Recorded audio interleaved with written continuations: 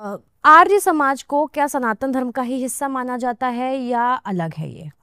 हमारा नाम आर्य था, हमारा देश का नाम भी आर्यावर्त था और हमारा धर्म है सनातन वैदिक धर्म। सनातन हमारा धर्म है।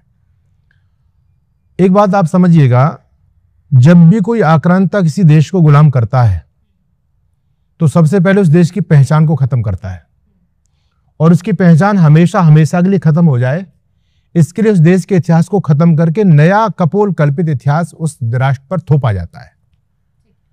आप जानते हैं, आप रामायण को ले लो, महाभारत को ले लो, वेदों को ले लो, शास्त्रों को ले लो, आप कुछ भी ले लो। वेद शास्त्र, महाभारत, रामायण हम नहीं समझ सकते क्योंकि हम संस्कृत नहीं जानते आम लोग, लेकिन वो रामायण का सीरियल तो देखते हैं, महाभारत का सीरियल भी देखते हैं, चाणक्य का सीरियल भी देखते हैं। माँ भगवती सीता प्रभु श्री राम को आर्यपुत्र कह के संबोधित करती हैं। गीता को आप देखेंगे, गीता में भी आर्य है, वेदों में भी आर्य है, कृण्वन्तु विश्वम आर्यम, कहीं भी, यहां तक पुराणों में भी आर्य है। जैसे अमेरिका में रहने वाले अमेरिकन, जापान में रहने वाले जापानीज, चीन में रहने वाले चाइनीज, ठीक है, उसी प्रकार से आर्यावर्त में रहने वाले आर्य। तो आर्यावर्त देश का नाम, आर्य हमारा नाम, हमारा धर्म था सत्य सनातन वैदिक धर्म।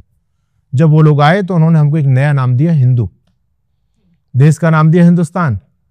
मुस्लिमों के बाद इस देश में क्रिश्चियन लोगों का शासन आया, उन्होंने फिर वो दोनों चेंजिंग किए, उन्होंने फिर नाम बदला, देश का भी नाम बदला, हमारा भी नाम बदला। उन्होंने देश का नाम रखा इंडिया और हमारा नाम रखा इंडिया। आर्यावर्त या भारतवर्ष हमारे देश के दो प्राचीन नाम है जो हमारे ऋषि महर्षियों के द्वारा रखे गए। आज भी बहुत सारे मंदिर हैं, आप काशी विश्वनाथ जाएंगे, मैं पुरानी बात बता रहा हूँ, अब तो नया वो हुआ है, मैं नहीं, अब तब जब से गया नहीं हूँ, वहां भी लिखा आर्य धर्म इतरेषां प्रवेशो निषिद्धा। जो आर्य धर्म को नहीं मानते उनका प्रवेश वर्जित है। आप विष्णु हरिपद मंदिर गया जी के अंदर जाएंगे, जहां लोग श्राद्ध करने के लिए जाते हैं, वहां पर भी लिखा हुआ है कि आर्य धर्म इतरेषां प्रवेशो निषिद्ध। जो आर्य धर्म को नहीं मानते, जो सनातन धर्म को नहीं मानते, उनका प्रवेश वर्जित है। वहां कहीं भी हिंदू धर्म नहीं मिलेगा आपको। तो हमारा धर्म है सनातन।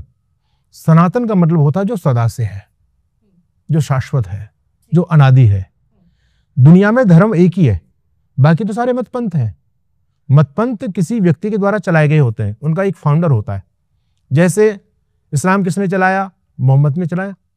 क्रिश्चियनिटी किसने चलाई? ईसा मसीह ने चलाई। अब सनातन धर्म किसने चलाया? आप इसका कोई जवाब नहीं दे पाएंगे। यही धर्म होता है। धर्म किसी व्यक्ति के द्वारा चलाया गया नहीं होता, धर्म शाश्वत होता है।